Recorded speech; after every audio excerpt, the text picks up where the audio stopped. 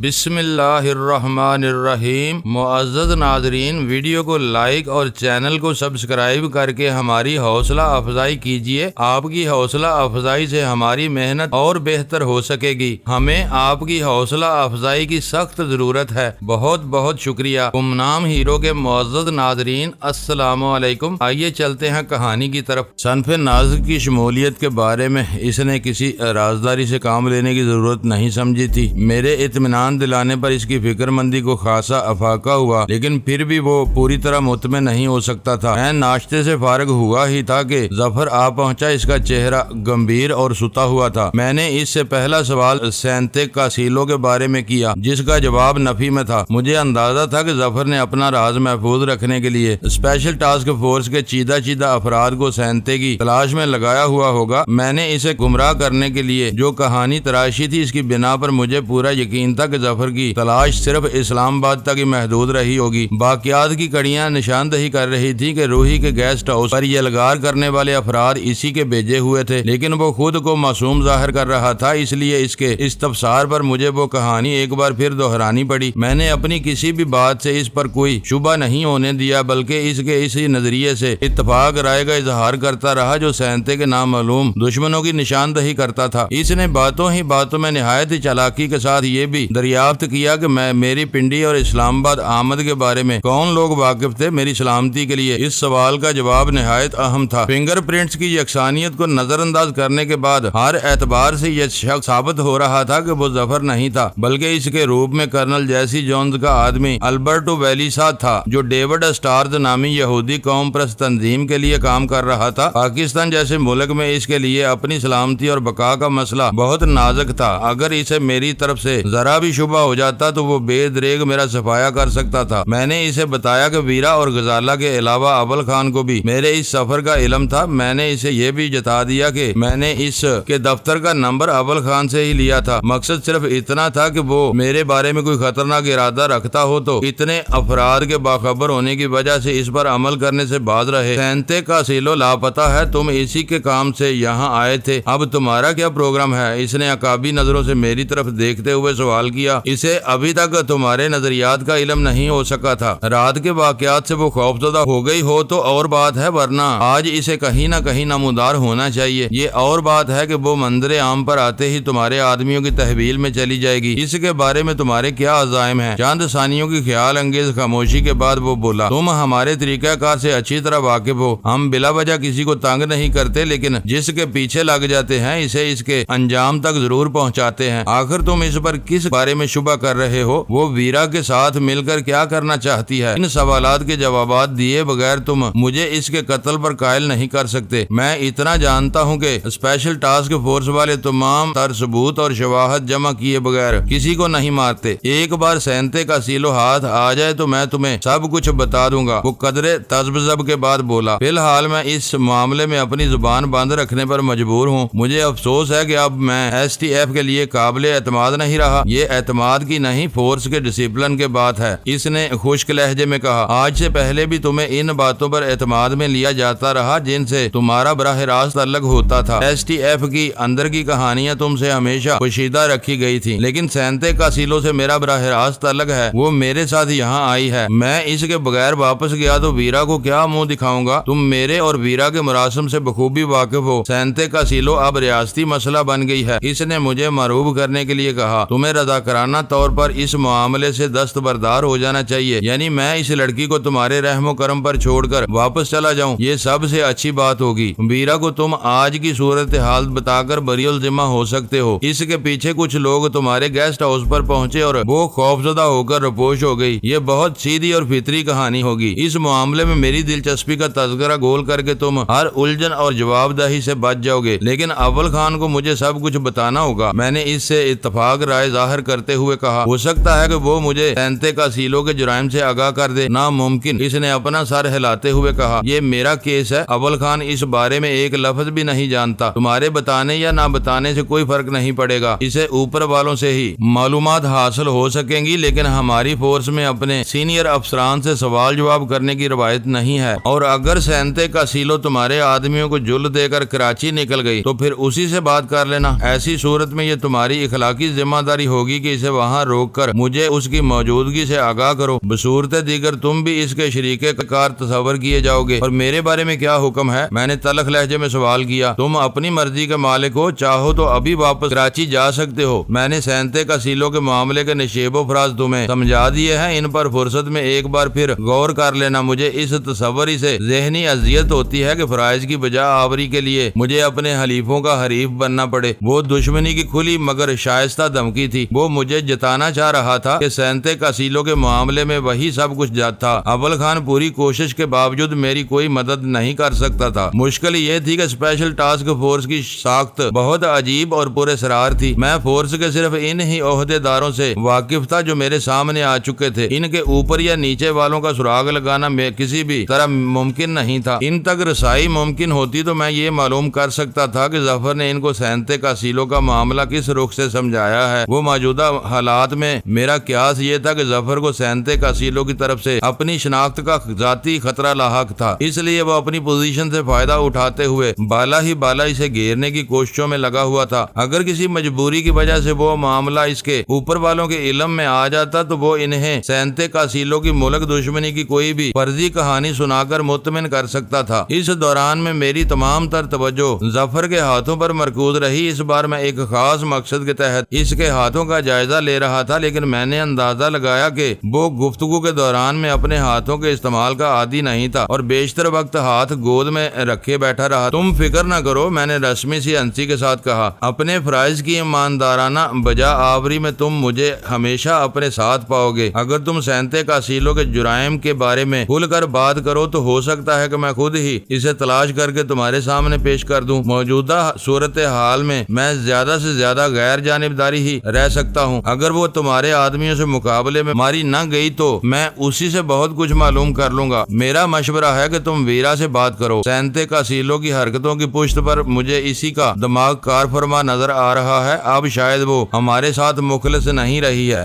Blue cross deal میں اس کی خدمات سے استفادہ کرنے کے بعد بھی تم ایسی بات سوچ رہے ہو؟ میں نے حیرت کے ساتھ سوال کیا۔ زیر زمین دنیا کی رنگینیوں میں زندہ رہنے والوں کے کوئی اصول نہیں ہوتے، ان کی وفاداریاں لمحے لمحے رنگ بدلتی رہتی ہیں۔ ہو سکتا ہے ویرا نے کسی اور سے کوئی معاہدہ کر لیا ہو۔ وہ تمہاری منظور نظر ہے اس کے ایران روانہ ہونے تک۔ اس کے بارے میں تمہاری رائے بہت اچھی تھی۔ اس کے دیے ہوئے بارودی پھول سے زخمی ہونے کے بعد بھی تم اس کے گن گا رہے تھے۔ پھر اس نے کوئٹہ سے فون پر تمہاری خیریت دریافت کر کے اپنی خیر سگالی کا اظہار بھی کر دیا تھا۔ اگر تم اس سے براہ راست بات کرو تو بہتر نتائج حاصل ہو سکتے ہیں۔ ضرورت پڑی تو اس سے بھی گریز نہیں کروں گا۔ وہ کرسی سے اٹھتے ہوئے بولا، میرے لیے یہ معاملہ بہت اہم اور سنگین ہے۔ غنیمت یہ ہے کہ ابھی تک تمہیں خطرناک چارہ بنانے کی کوئی کوشش نہیں کی گئی ہے، ورنہ میرا پہلا شکار تم بھی ہو سکتے تھے۔ عملاً میں خود کو پابند محسوس کر رہا ہوں۔ باہر تمہارے آدمیوں کا پہرا ہے، وہ سینتے کسیلوں کے منتظر ہیں، تم سے کوئی طرد نہیں کریں گے۔ تم چاہو تو انہیں اپنا محافظ بھی سمجھ سکتے ہو۔ ان سے کوئی شکایت پیدا ہو تو فوراً مجھ سے رابطہ کر لینا۔ اس معنی خیز گفتگو کے بعد وہ لوٹ گیا، لیکن میرے ذہن میں آندیاں سی چلنے لگی تھی۔ اس سے ہاتھ ملاتے ہوئے میں نے اس کے داہنے ہاتھ کی پشت پر بھرے ہوئے زخم کا ایک خفیف سا نشان دیکھ لیا تھا جو ہر اعتبار سے بہت خیال انگیز تھا۔ کوئی اگلا قدم اٹھانے کے لیے ایس ٹی ایف کے ان نگہبانوں سے گلو خلاصی ضروری تھی جو راجہ دربار ہوٹل کے باہر پہرا دے رہے تھے۔ میں نے باہر نکلنے سے قبل بلیک ڈاک کی بوتل سے ایک بڑا پیگ تیار کر کے اپنے معدے میں منتقل کر لیا۔ دن کے اوقات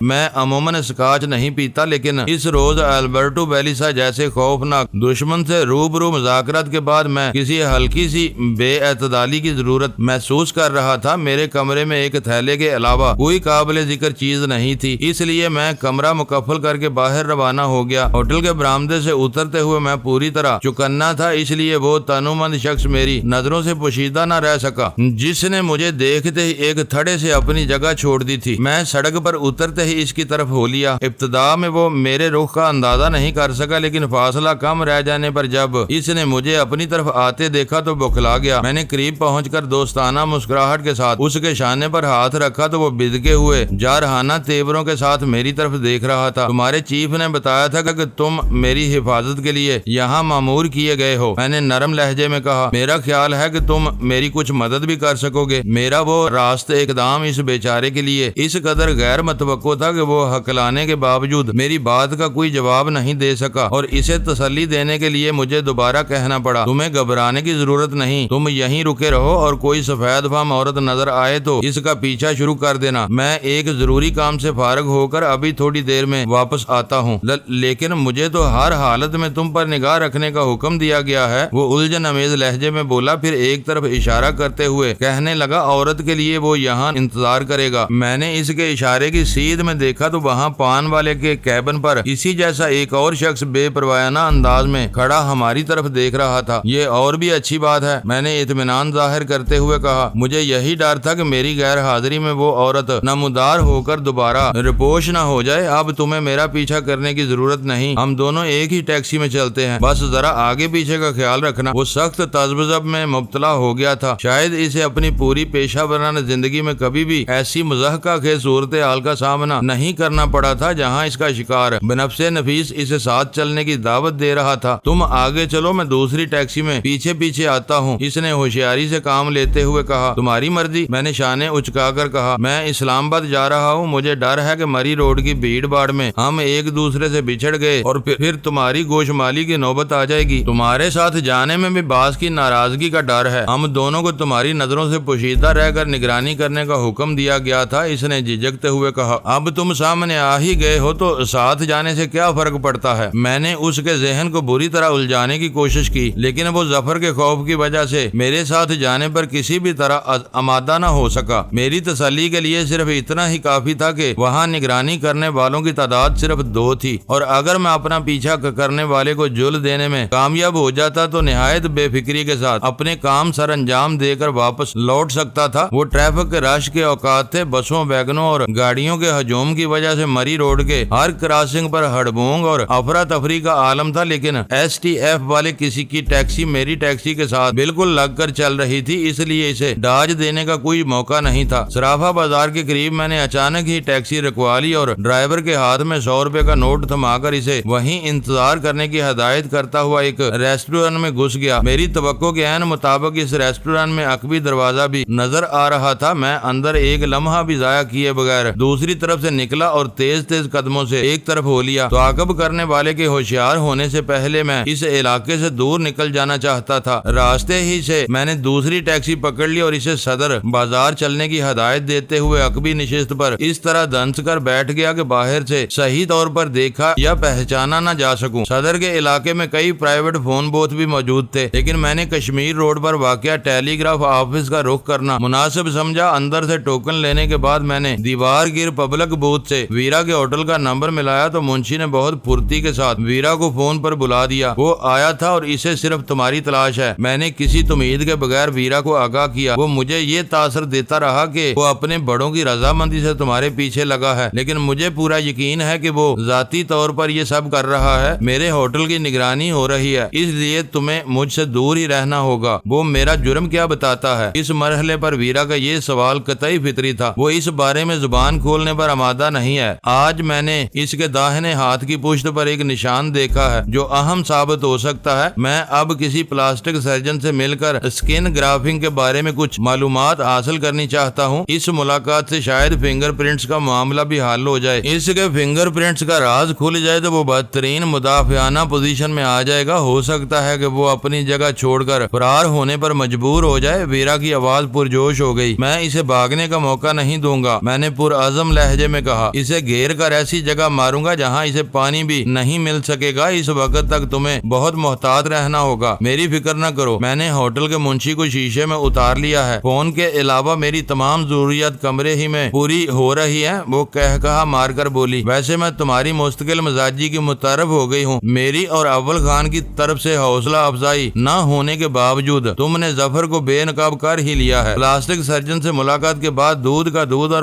پانی کا پانی ہو جائے گا۔ ویرا سے بات کرنے کے بعد میں دوبارہ سڑک پر آ گیا اور صدر کی طرف چل دیا۔ کراچی کے مقابلے میں راولپنڈی کا مزاج اور آبادی کی حیثیت بہت مختلف ہے۔ وہاں عمرا کا طبقہ بہت چھوٹا اور محدود ہے۔ بیشتر آبادی کا بلا واسطہ یا بال واسطہ دفاعی اداروں سے تعلق ہے۔ باقیہ لوگ درمیانی درجے کی تجارت سے وابستہ ہیں، جس کی بنا پر فیشن اور ذاتی حسن و جمال کے غیر روایتی معیار اور طریقے پنڈی میں مفقود ہیں۔ جو لوگ ان تعیشات کے شوقین ہیں وہ عموماً کراچی یا پھر لاہور کا رخ کرتے ہیں۔ 3 ڈاکٹروں سے رجوع کرنے کے بعد مجھے اس تلخ حقیقت حقیقت کا ادراک ہوا کہ پنڈی کے کمبائنڈ ملٹری اسپتال کے علاوہ پورے شہر میں صرف 2 پلاسٹک سرجن تھے اور وہ بھی حادثے کا شکار ہونے والوں کا علاج کرتے تھے۔ میں دوپہر کے بعد ہارلے اسٹریٹ پر ایک پلاسٹک سرجن سے اس کی اقامت گاہ پر ملنے میں کامیاب ہوا تو وہ میری آمد کا مدعا سن کر حیران رہ گیا۔ مجھے اس سے کسی مریض کا علاج نہیں کرانا تھا بلکہ کسی کی جلد کی تبدیلی کے بارے میں صرف اس کی پیشہ ورانہ رائے معلوم کرنی تھی، جس کے لیے میں اس کا مروجہ معاوضہ ادا کرنے کے لیے تیار تھا۔ اس نے عزت کے ساتھ مجھے اپنی کسٹڈی میں بٹھا لیا، جہاں اس کی پیشہ ورانہ حوالہ جاتی کتابوں سے کئی دیوار گیر الماریاں بھری ہوئی تھی۔ اس نے پیچیدہ اور ثقیل فنی اصلاحات کے سہارے اپنی گفتگو کا آغاز کیا تو بیشتر باتیں میرے سر پر سے گزر گئیں، لیکن میں پورے تحمل کے ساتھ اس کی گفتگو میں اپنی دلچسپی کا اظہار کرتا رہا اور اس کی گفتگو میں لمحہ بے لمحہ روانی آتی چلی گئی۔ البتہ میں بلڈ گروپ ٹیشوز کی میچنگ اور